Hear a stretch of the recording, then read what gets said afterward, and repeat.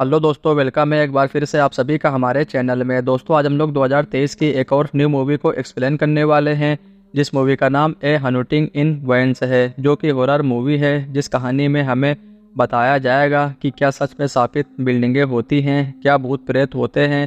तो चलिए इस कहानी को स्टार्ट करते हैं और देखते हैं कि क्या बताने की कोशिश की जा रही है इस कहानी में। मूवी स्टार्ट होती है और हमें एक रिटायर डिटेक्टिव को दिखाया जाता है जिनका नाम पोयरो होता है, और वो अब सब कुछ छोड़कर अपनी बिंदास ज़िंदगी जी रहे होते हैं।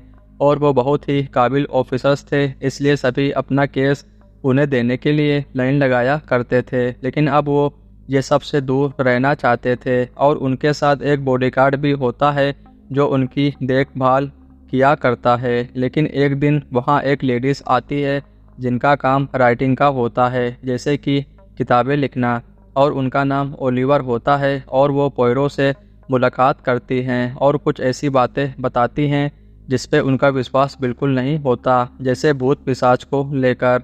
लेकिन पोयरो वहाँ नहीं जाना चाहता था क्योंकि वो ये सब नहीं मानता था। और आज के दिन हैलोवीन भी होता है और वो लेडीज़ उनकी फ्रेंड भी होती है, जिसके चलते वो वहाँ जाने को तैयार हो जाते हैं। लेकिन वहाँ बहुत सारे बच्चों को भी ले जाया जाता है, क्योंकि पता चला था कि उस बिल्डिंग में बच्चों की आवाज़ें आती हैं। और फिर वहाँ सभी बच्चों को दिखाया जाता है जो एंजॉय कर रहे होते हैं। लेकिन तभी वहाँ आत्माओं से बात करने वाली को बुलाया जाता है जिनका नाम राइनल्स होता है, और वो इस काम में बहुत मशहूर होती हैं। लेकिन वहाँ बहुत सारे लोग होते हैं, जैसे कि उस घर की मालकिन रूबीना, और उसके साथ एक काम करने वाली भी होती है, और वहाँ एक डॉक्टर भी होता है, और उसका छोटा सा एक बेटा भी होता है, लेकिन उसका दिमाग बहुत तेज होता है। और फिर एक लड़के को भी दिखाया जाता है जिसका नाम मैक्सियो होता है, और रूबीना की लड़की से प्यार करता था और उनकी इंगेजमेंट भी हो चुकी थी। लेकिन फिर उसे दूसरी लड़की मिल जाती है जिससे वो अलिसिया को छोड़ देता है, जिससे फिर उसका दिमागी हालत ख़राब हो गया और वो आत्माओं के वश में हो गई। और फिर उसने अपनी जान ले ली पानी में कूदकर। और फिर दिखाया जाता है राइनल्स को, जो अपना कार्यक्रम स्टार्ट करती है, और वहाँ सभी बैठे होते हैं। और तभी वो कहती है, अलिसिया मुझसे बात करो। और वहाँ एक टाइपराइटर होता है, उस पर कुछ लिखकर आता है, और वो कहती है, अलिसिया के साथ और भी बहुत सारी आत्माएं हैं यहाँ।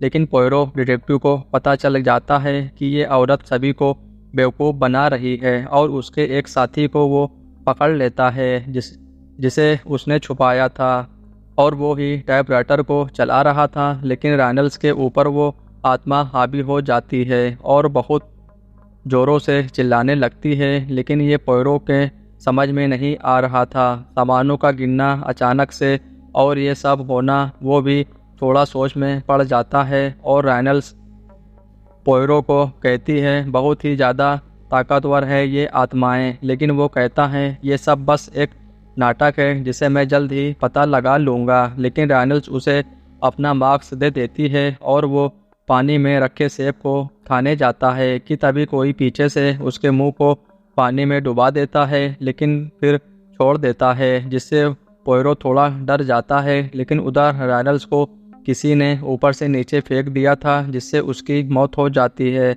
और उसके बाद उसके साथ जो था वो बताते हैं कि हम बस लोगों को बेवकूफ़ बनाकर पैसे कमाते थे, हम लोगों को कुछ भी नहीं आता। और फिर पोयरो बाहर जाने के दरवाजे बंद कर देता है, और बाहर बहुत तेज़ बारिश हो रही होती है, और कहता है, जो औरत यहाँ भूत पकड़ने आई थी उसी का कत्ल हो चुका है, और वो कातिल यही हैं, इसलिए जब तक मेरी इंक्वायरी ख़त्म नहीं हो जाती सभी यहीं रहेंगे। और फिर पोयरो की इंक्वायरी स्टार्ट होती है।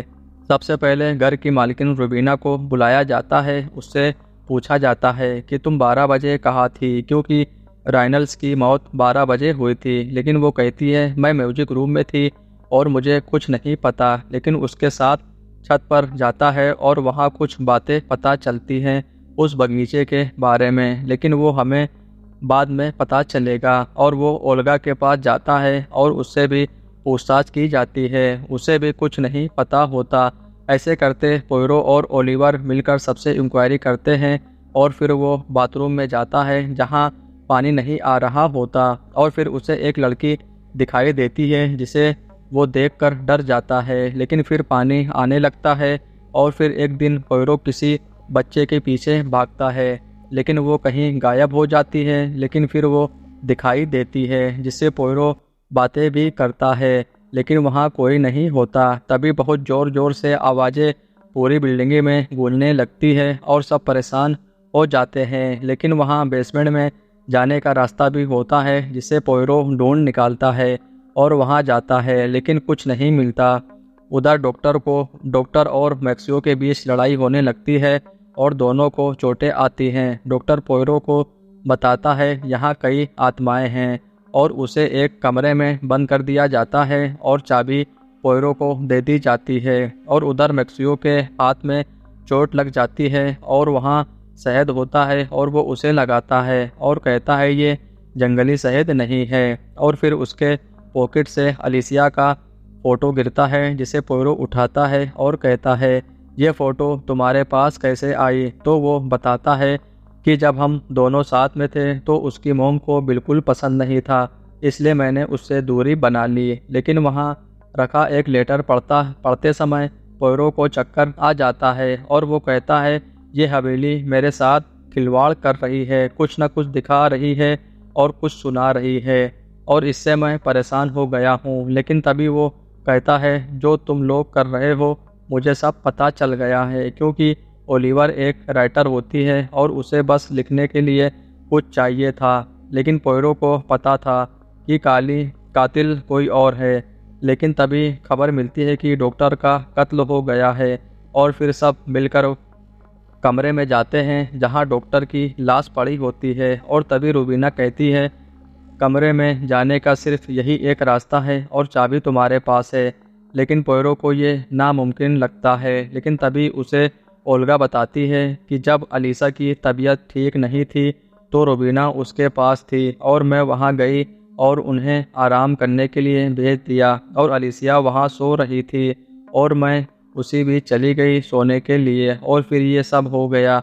और फिर पोयरो अलीसिया के कमरे में जाता है और वहाँ एक आईना होता है जिसमें एक लड़की दिखती है जिससे वो डर जाता है और चाय का कप भी गिर जाता है, टूट जाता है। और फिर वहाँ उसे मैक्सियो की फ़ोटो मिलती है और वो बाकी सभी लोगों के पास जाता है और बताता है कि यहाँ अभी तक 3 कत्ल हो चुके हैं, जिसमें तीसरा कत्ल अलीसिया का हुआ है, उसे भी मारा गया है। किसने ये सब किया है मुझे सब पता चल गया है और वो रूबीना होती है, क्योंकि अलीसिया शादी करे ये तुम्हें मंजूर नहीं था, इसलिए तुमने उसे मार दिया। और जो मुझे आवाज़ें सुनाई दे रही थी वो सब मेरा वहम था, क्योंकि जब मुझे नशीली जहरीली चीज़ें पिलाई गईं तब से मेरे साथ ऐसा होना चालू हुआ था, क्योंकि वो जहरीले फूल थे जिस पे मधुमक्खी बैठती हैं।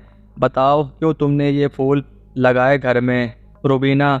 फिर दिखाया जाता है किस तरह अलीसिया को थोड़ा थोड़ा करके रोज़ जहर पिलाया जा रहा था ताकि उसे भी लगे कि कोई है यहाँ, जैसे मुझे लग रहा था। और फिर वो मर जाती है, उस पर इंतकाम का निशान लगाकर पानी में फेंक देती है और फिर उसे ब्लैकमेल किया जाने लगता है और उसका सारा पैसा ख़त्म हो जाता है। और फिर डॉक्टर को फ़ोन करके उसके बच्चे को मारने की धमकी देकर उसे कमरे में ही मरवा देती है और वो डॉक्टर अपने आप को खुद ही मार लेता है और इस तरह से सभी को मारती है। और फिर इस बात का पता सभी को चल जाता है, जिससे सब बहुत गुस्से में होते हैं कि तभी वहाँ दरवाज़ा बंद करके ऊपर छत पर जाती है और वहाँ पोयरो भी पहुँच जाता है। लेकिन वो कहती है वो मेरी थी इसलिए कैसे जाने देती कि तभी वहाँ अलीसिया की आत्मा आती है और उसे ऊपर से नीचे फेंक देती है और वो पानी में जा गिरती है और वहाँ अलीसिया उसे लेकर जाती है,